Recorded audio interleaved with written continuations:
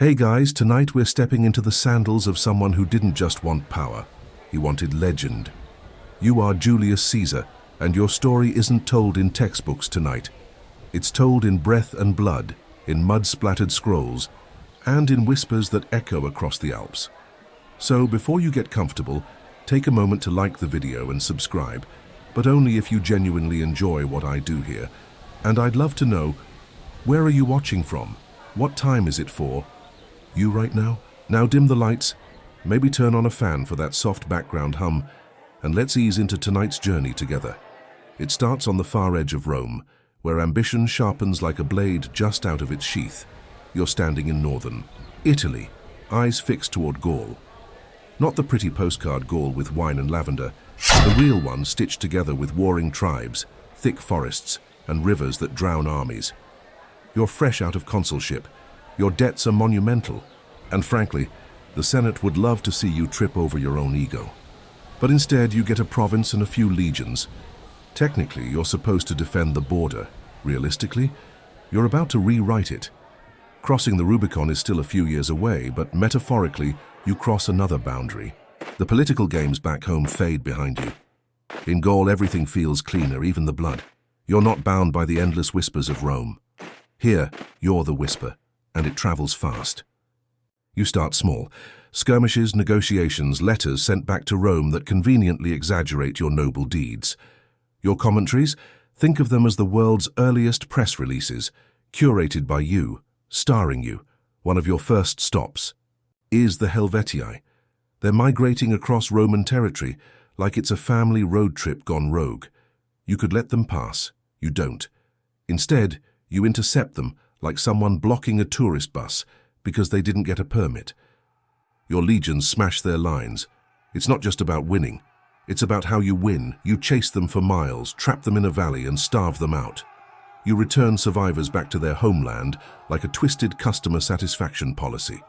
Sorry, no conquest today, just humiliation and a strong message. And then there's Ariovistus. Germanic king, big ego, bad manners. He's crossed the Rhine, squatting in Gaul like someone who didn't read the no trespassing sign. You call a diplomatic meeting that goes south faster than a toga in a thunderstorm. He threatens you. Bad move. You retaliate, but not before pulling a psychological flex that belongs in a TED Talk. You march your legion straight toward his stronghold, cutting through terrain that makes modern hikers weep. You find him, break him, and send him sprinting, back across the Rhine. You don't just win, you expel him. The Rhine becomes your line in the sand, but here's the thing. Every step forward adds to your legend, sure, but also your paranoia. You can feel it late at night in your tent, when the wine wears off and the campfire crackles just a bit too loud. The Gauls aren't one people. They're a dozen tribes held together with spit and mutual annoyance. You start to see the pattern. Play one against another. Promise freedom, deliver fear. It's diplomacy, Caesar style. Or as your troops might say, stab first, ask questions while marching. A well-known fact here.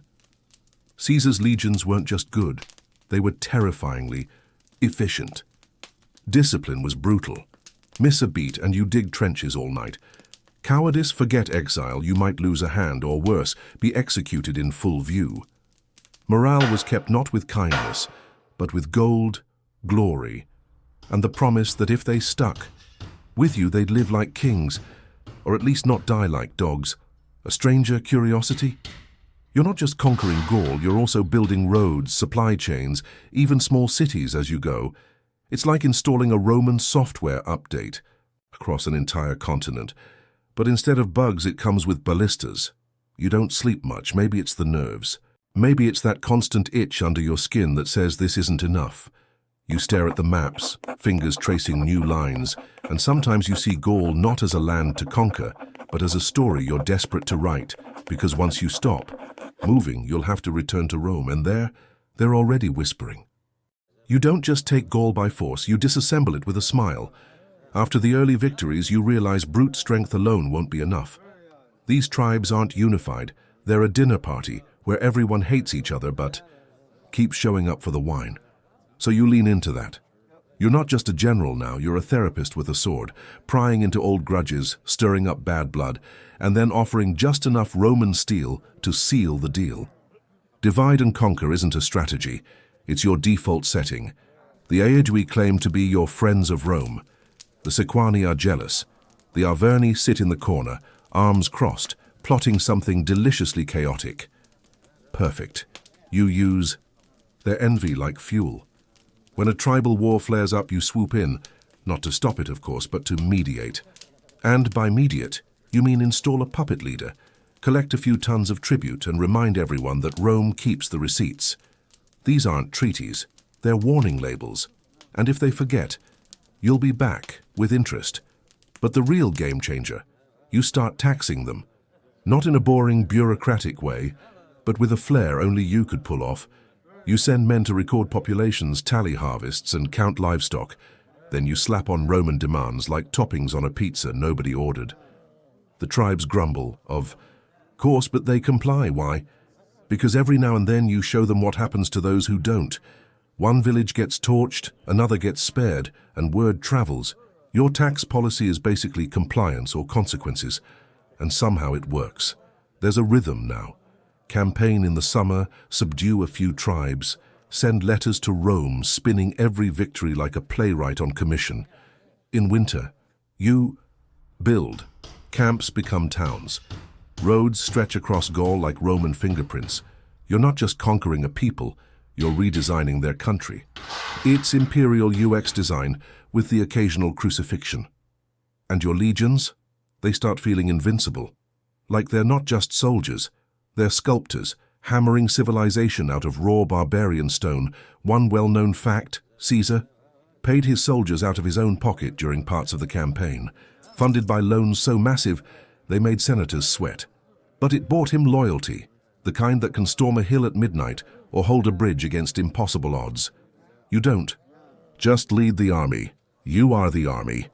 When you ride, they follow, not because they have to, but because they believe you'll take them all the way to glory, or at least to a decent retirement plot in Hispania.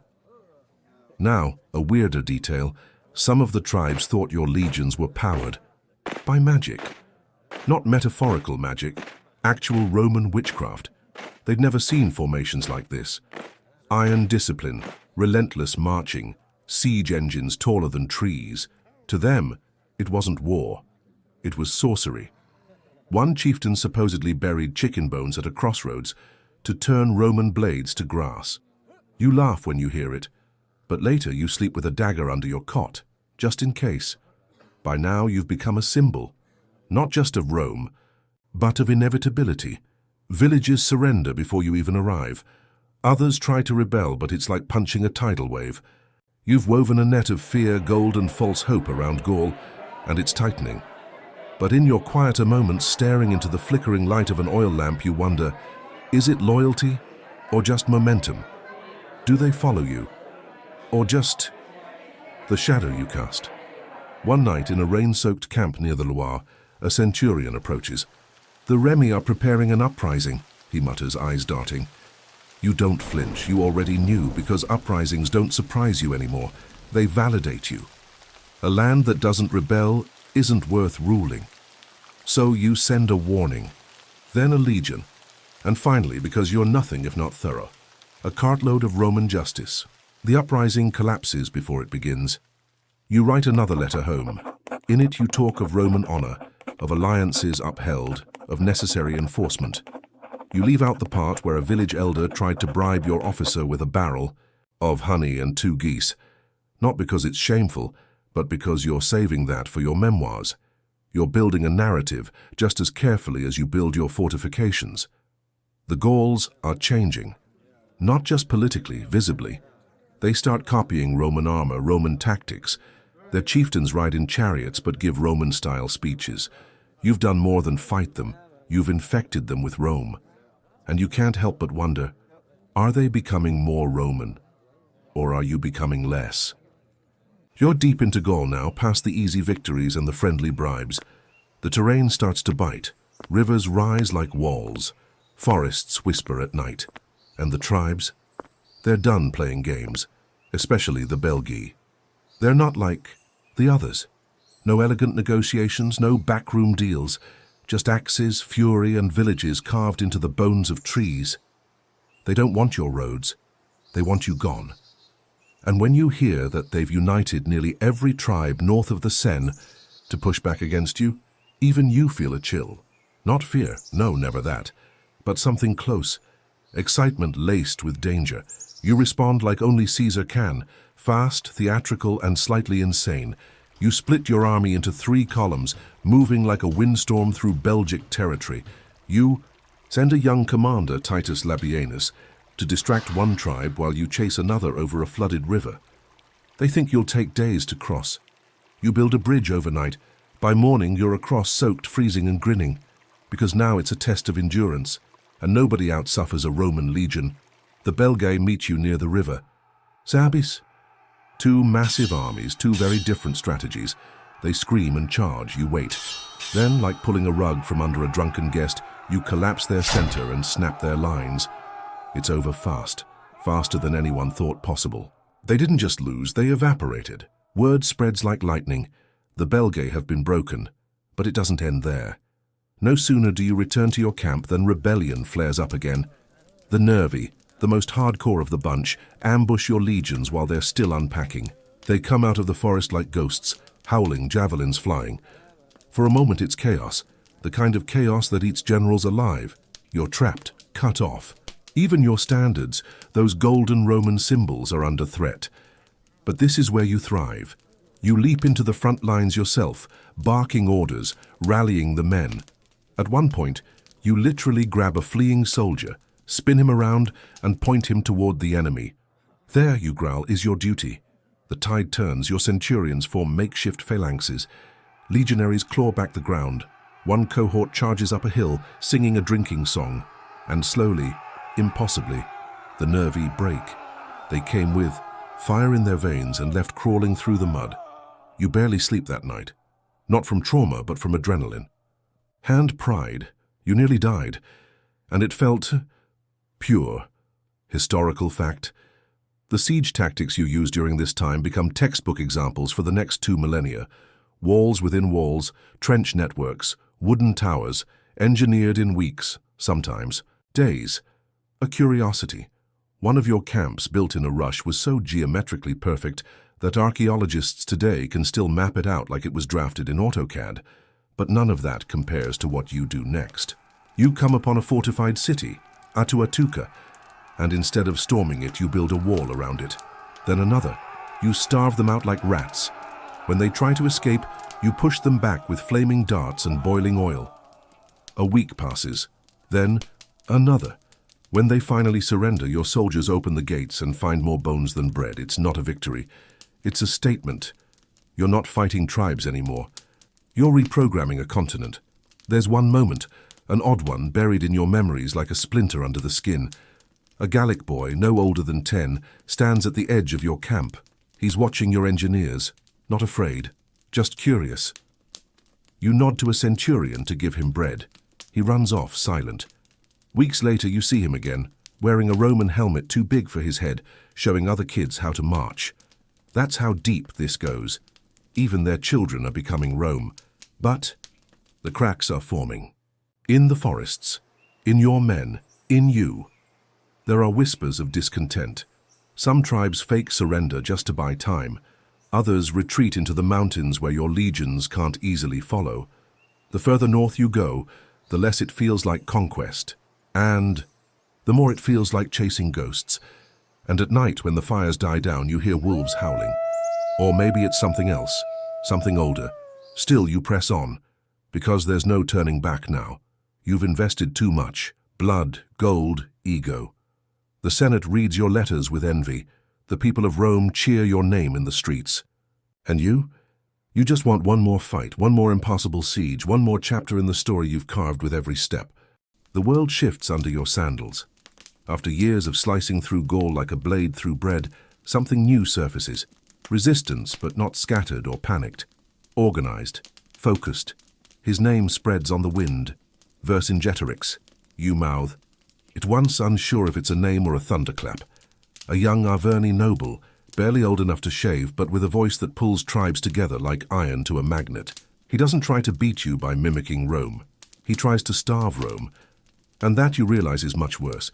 He burns his own villages to deny you supplies. Orders scorched earth across valleys you once relied on for grain and rest. It's brilliant. It's maddening. And it works. Your legions begin to stumble not from battle wounds but from hunger and frostbite. You don't admit it out loud, but you respect him. Not many would torch their own homeland just to make your life harder. He's not just a rebel, he's a mirror. Ruthless, patient, focused. You feel yourself smiling at the thought, even as you draft plans to crush him. You chase him across central Gaul, trying to pin him down.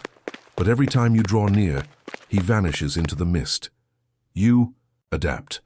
You force one of his allied cities, Avaricum, into a siege. The locals beg Vercingetorix to defend it. He refuses. He knows you'll slaughter them, and he lets it happen. But he also knows that each massacre you deliver weakens your image, not his. Still, you siege the city. You construct towers, battering, rams, and a series of ramps like a child stacking blocks. Except your blocks bleed and burn. It takes weeks. But when you breach Avaricum, your men go wild. Not PG-13 wild. Let's just say there aren't many survivors. You call it justice. Rome calls it a message. Vercingetorix calls it part of the plan. The only thing you win in Avaricum is more resentment. But your men get food, and firewood, and a rare taste of victory during a campaign that's starting. To feel like a chess match played in a hurricane. A known historical fact. The siege of Avaricum ended with 40,000 Gallic dead, nearly the entire population. But the weirdest part, you reportedly watched the city burn from a wooden tower sipping warm wine, not cheering, not gloating, just observing, as if already, composing the sentence that would describe it in your memoirs. It was taken by storm and all the adult men killed, polished, detached, cold. The next move comes fast. You chase Vercingetorix to Gergovia, his home turf. High cliffs, narrow roads, and a population that worships him like a god. You attack anyway because you're Caesar, and for the first time you lose, not disastrously, but visibly. The Gauls fight like lions. They know every rock, every tree. You can't breach the walls, and when you try to lure them out, Vercingetorix just smiles from the battlements, arms crossed like he's watching a theater performance. You retreat, not because you're weak, but because you're smart. Still, your pride limps behind you like a wounded mule, but the setback forces a shift. Rome doesn't love losers, even ones with perfect hair, so you spin the failure as a strategic withdrawal and double down. You start breaking up Gallic alliances again. Offer pardons, bribes, grain, whatever it takes. Meanwhile, Vercingetorix consolidates his forces into one great army. And finally, you corner him. At Alesia, a hilltop fortress with cliffs on one side and rivers on the other. You look at it and feel your pulse quicken, not from fear, but from anticipation. Here, everything comes to a head. You know he expects you to retreat. Any sane commander would. But you do the opposite. You trap him, you build a wall around Alesia, then another wall around your own troops. A double ring of fortifications, 30 miles long, dotted with watchtowers, traps, moats, and ditches. You trap the trapper. It's beautiful, insane, Roman. Inside the fortress, Vercingetorix waits. Outside, he sends messengers to summon reinforcements. Tens of thousands of Gauls racing to break your siege. You dig in.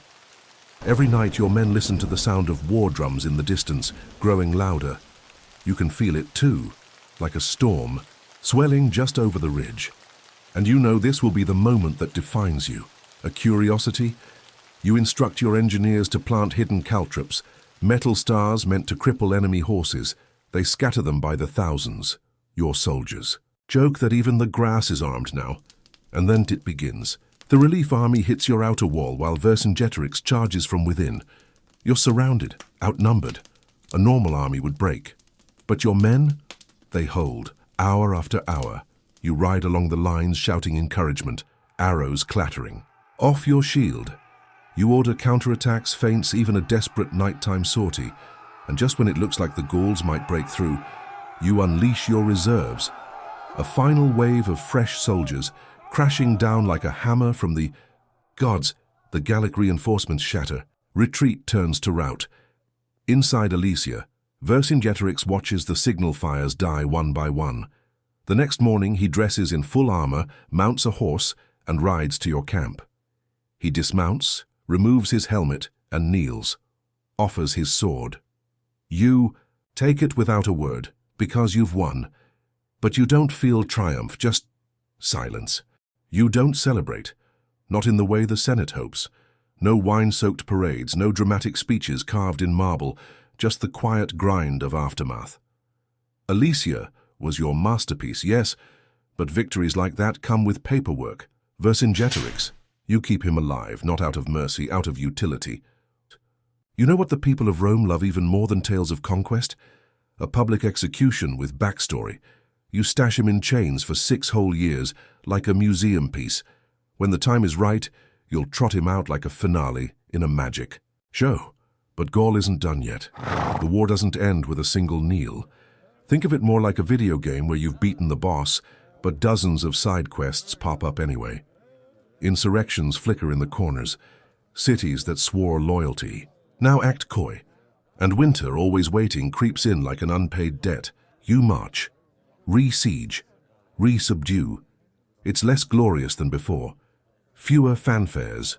More logistics. Fewer heroic charges. More tax ledgers. Still, the machinery of conquest hums forward. You implement a Roman calendar. Appoint friendly chieftains. Sprinkle Latin into schools. You build roads so straight they could cut through time. Not for the Gauls, but for Rome's merchants, armies, and future governors. It's assimilation through architecture, the concrete kind of propaganda. And then comes the strangest threat of all, peace.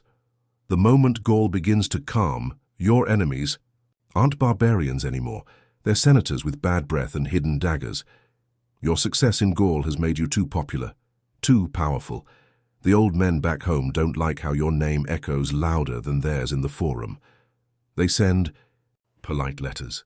Then angry ones. They want you to step down, to come home, to disband your army and return as just a citizen with nothing. You smile at their fear.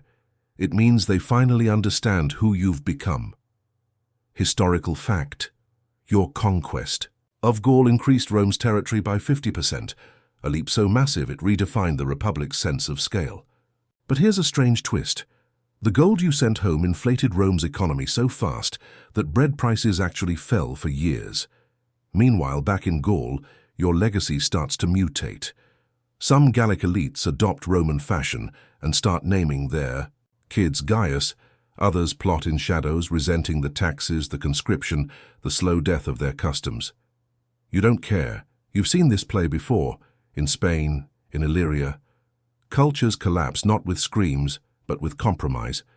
They'll become Roman not by force, but by familiarity. But you're restless. You keep riding, visiting forts, inspections, you claim.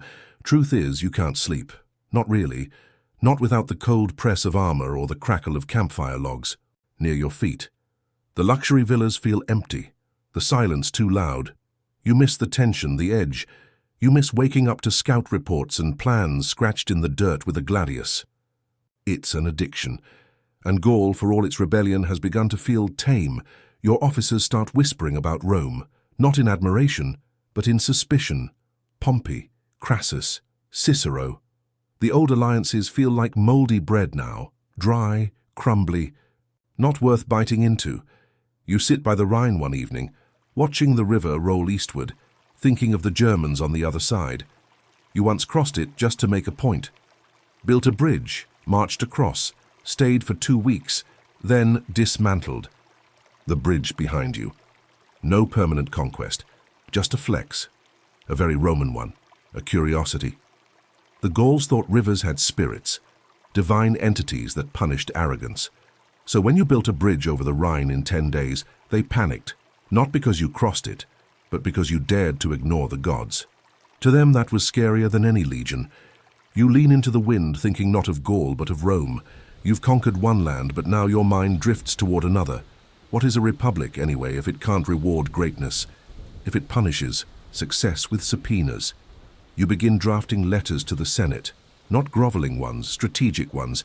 You remind them of your loyalty, of the laws, of what you're owed, but you also move troops, quietly, southward, closer to the Rubicon.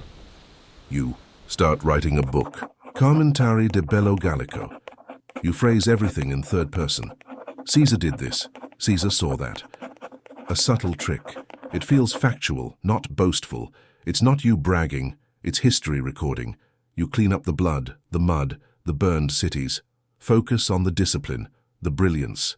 You don't lie. But you certainly don't show the whole truth either. The book becomes a sensation. Back in Rome, common citizens quote your campaigns like bedtime stories. Soldiers petition to serve under you. Women name their sons Gaius. Even your enemies find themselves half impressed. You've conquered Gaul, yes, but now you're conquering memory. And yet you still can't sleep, not because of guilt. That never really visits, but because you know what's coming next. Rome is like Gaul now, fragmented, full of petty leaders, false treaties, tribes with senatorial names. You don't want to destroy it, you want to fix it, with fire if necessary. You stand at the edge of the Rubicon, the river that marks the boundary between your command and the republic you once swore to serve. The waters are shallow tonight, calm, unassuming. They whisper nothing of history, but crossing them will ignite the world. Your men wait behind you, silent, armored, loyal to the point of madness. You stare into the current, as if it might offer one last warning. It doesn't. And so, in the most relaxed voice you can muster, you speak 4 words. That will end a world and begin another. The die is cast, and you cross. Rome erupts, not in violence yet, but in panic. Senators flee the city like rats from a bakery fire. Pompey, once your friend, now your rival, scurries south. You march through Rome's gates, not as a citizen, but as a storm. No resistance, no bloodshed, just absence. The city feels hollow, like it's waiting to be filled with something. Power hates a vacuum, and you bring plenty of power. But this isn't about Gaul anymore. You carry Gaul with you, its gold, its soldiers, its ghosts. You've turned a frontier campaign into a civil war, and you don't stop. You chase Pompey, across Italy, across the Adriatic, through Greece. Battles flash by like nightmares, Dyrrhachium, Pharsalus. You win, again and again, and yet sleep remains elusive. Victory, like wine, tastes thinner than it used to. Eventually you catch him. Pompey, the Great One, the former idol of the Republic. He flees to Egypt and is promptly assassinated by a teenage pharaoh trying to impress you. When they present his severed head, you don't smile, you weep, quietly. Not for Pompey, but for what his death represents. The old world is gone now. You've burned the bridge back. Historical fact. When Julius Caesar arrived in Egypt and was presented with Pompey's head, he reportedly burst into tears. Not out of sorrow, but out of political calculation. Mourning an enemy makes you seem noble, even when you ordered the war that killed him. And then Egypt gives you Cleopatra. But that's another story. For now you return to Rome, not just as general, but as dictator. Not the dirty word it would become centuries later, but still, a title. That makes senators twitch like beetles on hot stone. You reform the calendar, centralize the grain supply, launch colonies, rewrite citizenship laws. You act like an emperor without saying the word. Some love you, some hate you, but no one ignores you, and still, Gaul never leaves you. The forests, the cold rains, the smell of pine mixed with wet iron. You think of Vercingetorix sometimes, still chained, still alive, a relic waiting for your final act. And when that moment comes, years later, you bring him into the forum dressed in ceremonial rags, marched in chains before a roaring crowd. You ride in a chariot, gold flashing, laurels tickling your brow. And as the applause swells, Vercingetorix is led beneath the ground and strangled. It's not revenge, it's tradition, a curiosity. Vercingetorix was executed in a stone room beneath the Tullianum, Rome's oldest prison. No fanfare, no public display, just a slow fade into history. Like so many conquered kings before and after him, you try to settle, to enjoy the fruits of empire. You throw feasts, pass laws, dictate reforms between cups of wine, but your restlessness grows. It's no longer insomnia. It's inertia. The world isn't moving fast enough anymore. You've seen too much, done too much. Nothing shocks you, not even betrayal. So when it comes, you almost welcome it. March 15th, the Ides, a meeting you can't miss. You ignore the omens, the dreams, the scribbled warnings. Even when your wife begs you to stay home, you laugh. Not cruelly, just tiredly. Because deep down, you know how this story ends. You always have. You enter the Senate chamber. You see their faces, familiar, nervous, and then the knives come. They don't scream your name. They don't curse. They stab in silence. Precise, rehearsed, like a chorus with no music. 1, 2, 3, 23 times. And in the end, it's not the wounds that finish you, it's seeing Brutus among them, et tu. And then everything fades. Now drift with me into silence. You are no longer standing in a Senate chamber. You are weightless, untethered from time, floating above the ruins and glory of what you built. The cold of Gaul is gone. The chants of Rome dissolve. You are neither conqueror nor corpse. You are breath, memory, a warm ember suspended in dusk. The battles no longer press against your chest. The decisions, the marches, the betrayals, they slip from your shoulders like a discarded cloak. The world below spins on, carving new empires in the dust you once claimed. But tonight, that isn't your concern. Tonight, there are no maps, no deadlines. Only stillness. Picture a quiet hill in southern Gaul. Not a battlefield, just a field. The grass moves gently. The sky blushes purple, and somewhere not far, a river murmurs over stone. You sit there, hands clean, eyes closed. Nothing follows. You now. Not glory, not regret, just the hush of things settling. You are safe, you are still, you are home.